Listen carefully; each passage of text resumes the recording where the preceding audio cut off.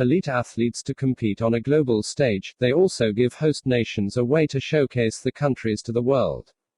Successfully using the Olympics as advertisement can result in a tourism boom with financial rewards long after the closing ceremonies. The trick is to throw the world's biggest party without going bankrupt in the process. Hosting the Olympics is a financially risky proposition, one that begins a decade before the events are actually held. Cities compete to convince, first their own countries, then the International Olympic Committee, that they're the right venue, safe, with convenient transportation, plus efficient and elaborate infrastructure. If a host city is selected, it partners with state and federal government, and private enterprise, to expand rail service, build massive hotels and construct arenas in which to host the games. But even the best laid plans seem to end with skyrocketing costs. An Oxford University study examining the Olympic Games from 1962 to 2012 discovered host cities experience, on average, a 179% cost overrun during the preparation phase. Perhaps underestimating expenditures is an Olympic tradition, too. Once a city wins a bid for hosting the Olympics, cities commonly add roads, build or enhance airports, and construct rail lines to accommodate the large influx of people. Housing for the athletes in the Olympic Village, as well as at least 40,000 available hotel rooms, and specific facilities for the events, must be created or updated, as well. Overall, infrastructure costs may be $5 billion to $50 billion. It certainly seems that way when you look at our chronological list of Olympics that broke the bank, starting with the very first one. At number 10 we have the 1896 Athens Summer Olympics. In April 1896, Athens, Greece, hosted the first Olympic Games of the modern era. And nearly lost everything in the process. The country was already bankrupt when it took on the competition, but the relatively new royal family believed the Games would boost its popularity. Kicking off an Olympic tradition, organizers grossly underestimated the cost of hosting the Games. The perceived cost of 585,000 drachmas, about $74,000 in 1896, to prepare for the competition ballooned to 3,740,000 drachmas, the equivalent of $448,000. Much of the overage was attributed to the expense of restoring Athens' ancient stadium. Fortunately, a 1 million drachma donation from a rich businessman helped underwrite the costs. And as the Games got underway, bustling sales of souvenir stamps and medals brought in additional revenue. Crisis averted. At number 9 we have the 1924 Paris Summer Olympics. After what could be deemed several decades of false starts, few participating countries, thin crowds and nebulous accounting figures, the Olympics Games finally demonstrated a strong showing in 1924. Host city Paris, France, welcomed 44 participating nations to the global competition and spectators flocked to the event, averaging about 60,000 each day. Yet even as the response to the 1924 Olympic Games appeared full of promise, there were financial warning signs. Preparation costs were so high that local insurance companies offered policies against the estimated total receipts, of up to 10 million francs. Despite several highlights like Eric Liddell won the 400-meter race which was later depicted in the film, Chariots of Fire, the Games were a financial flop. At the close, the 1924 Olympics garnered 5,496,610 francs, only about half the revenue that had been expected. At number 8 we have the 1976 Montreal Summer Olympics. The Olympics can no more have a financial deficit than a man can have a baby, declared the mayor of Montreal before opening of these games in 1976. Boy, was he wrong. The Montreal Olympics went down in history as a notorious money loser, scaring off many cities from bidding for the games in the future. These Olympics were budgeted at a modest $120 million Canadian dollars, US $110 million, but construction overruns resulted in a $922 million Canadian dollars deficit that overwhelmed the special tobacco tax expected to fund most of the debt.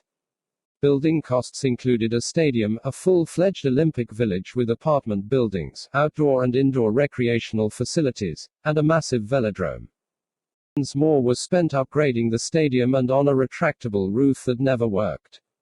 By the time the debt was paid off 30 years later in 2006, the combination of capital and interest had cost the city $3 billion Canadian dollars.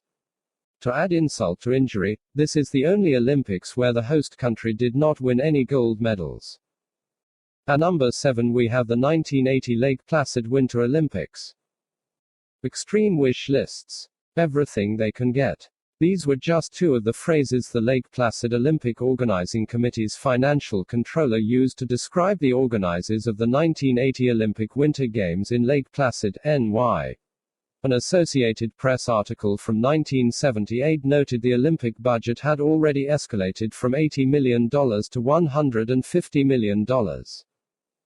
By the time the Olympics were over, Lake Placid was $6 million in debt, an astounding amount for an incorporated village with a tax base of about 3,000 residents.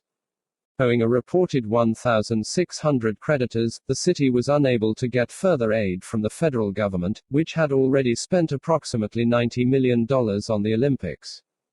That's when the state of New York stepped in. In return for several Olympic-sized assets, including the speed skating rink, Olympic fieldhouse and a series of ski jumps, the state agreed to pay off the debt. Still, Lake Placid holds the honor of being one of only 3 cities in the world to twice host the Winter Olympics, along with St. Moritz, Switzerland, and Innsbruck, Austria. At number 6 we have the 1992 Albertville Winter Olympics. When Albertville, France, decided to boost its lagging tourism numbers by bidding, successfully, for the 1992 Winter Olympics, 13 other nearby towns in the French Savoy Alps saw that as a way to get in on the action too. The French government spent more than $1 billion propping up the region's infrastructure between this series of small towns. The idea was to make it possible for athletes and spectators to easily traverse the 620 square kilometers across which 57 Olympic events were held. Only the opening and closing ceremonies and some skating events were actually held in Albertville. The government spent another $189 million building and improving sports venues. While some of the towns garnered more tourists because of improved transportation, both during the Olympics and in the years that followed, Albertville didn't see any long-term boom. The French government was left with another legacy altogether, a $67 million loss and decades of debt. At number 5 we have the 1998 Nagano Winter Olympics. Nagano, Japan, a city of 378,000, spent a whopping $10.5 billion in preparation for the Games, thanks in part to the construction of a bullet train to shuttle spectators between Nagano and Tokyo in 90 minutes, about half the typical time. But the bullet train had the unfortunate effect of encouraging tourists to book hotel rooms in Tokyo as opposed to Nagano. This earned the 1998 event the nickname, the Commuter Olympics. As the Games neared, the Nagano Organizing Committee had to cancel a quarter of the 16,000 Nagano hotel rooms it had reserved due to low demand. Nearby ski villages reported that instead of being at 80% occupancy, the normal level, they were at a mere 60% occupancy as regular tourists steered clear of slopes presumably crowded with Olympic tourists.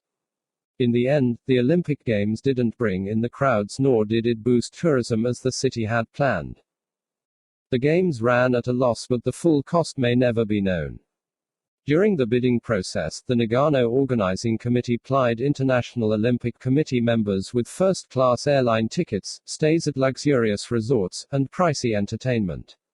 Later, a member of the bid committee ordered the records, all 90 volumes of them, to be burned. Nagano representatives insisted about $18 million was spent on the Olympic bid, but critics say the figure was closer to $66 million. At number 4 we have the 2000 Sydney Summer Olympics. Although most Australians knew hosting the 2000 Summer Olympic Games was an expensive proposition, most thought the benefits, namely, a long-term boost in tourism, would outweigh the financial risk. Millions watched the Olympic opening ceremonies, a symbolic fruition of Sydney's $3.8 billion Olympic preparation outlay. A third of that cost was borne by taxpayers. However, lagging visitor numbers during the Olympics foreshadowed a different fate. While the Games were largely considered successful, the 132,000 tourists expected to stay in Sydney during the 17-day event never materialized. Instead, there were a mere 97,000 visitors. Tourists who weren't interested in the Olympic Games cancelled or delayed their visits for fear of crowds. And what about the 8 to 10 million tourists a year who were forecast to visit Sydney following the Olympics? They didn't show up either. At least not in the expected droves. Instead, a steady 2.5 million visitors have been touring the region, far fewer than the country had once hoped.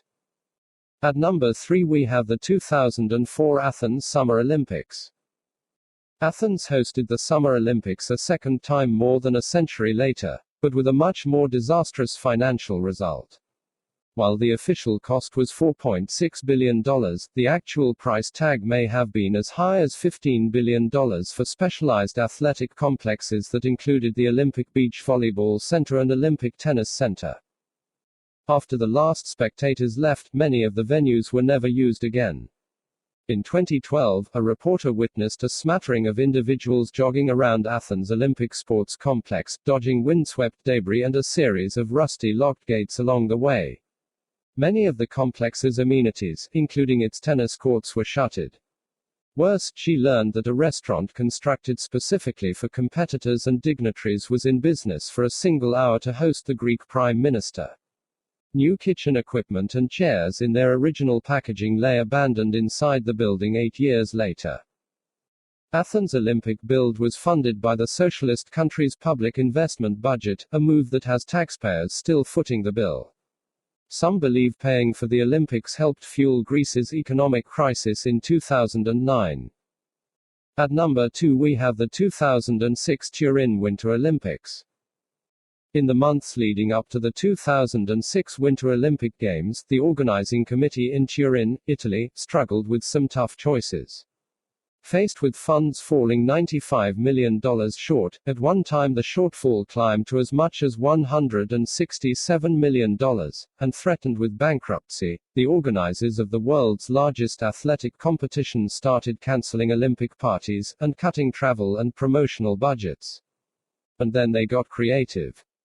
Instead of hosting the Paralympics, a disabled athletic competition traditionally held following the Olympics, Turin sold the rights to a private-public company for about $40 million. Still, the income wasn't enough. So the Italians launched a lottery game to quickly raise additional funds. This last-ditch effort lessened the gap, but when the games were over, Turin was left with about $49 million in debt. Since then, it has attempted to sell some of the specially constructed Olympic competition venues in hopes to eventually break even.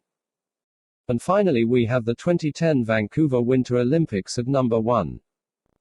There were a few hiccups along the way, but the 2010 Olympic Winter Games in Vancouver, Canada, seemed worth the trouble. Case in point, even though the city had to step in with financing after the Olympic Village's developer ran out of credit, Canadian athletes won a record 14 gold medals, including the Canadian Holy Grail, the gold in ice hockey. Unfortunately, just as the afterglow of the Canadian athletes' performance began to wane, Vancouver was left in a financial pickle. Vancouver had to grapple with an estimated $1 billion debt, including $730 million incurred by the Olympic Village bailout. To recoup some of the cost, the city began marketing the Olympic Village as an environmentally friendly residential neighborhood, hoping to convince buyers to move into the many condos that sat empty. They received only a tepid response. Sales of luxury condos in the Olympic Village's 16 buildings, now known as Millennium Water, were so slow that the project went into receivership and the complex was turned over to Ernst & Young, the firm charged with recouping as much of the city's debt as possible. Even so, the city and its creditors aren't expected to ever fully recover its Olympic expenses. Into my room, my world's so bright, it's hard to breathe, but that's alright. Hush.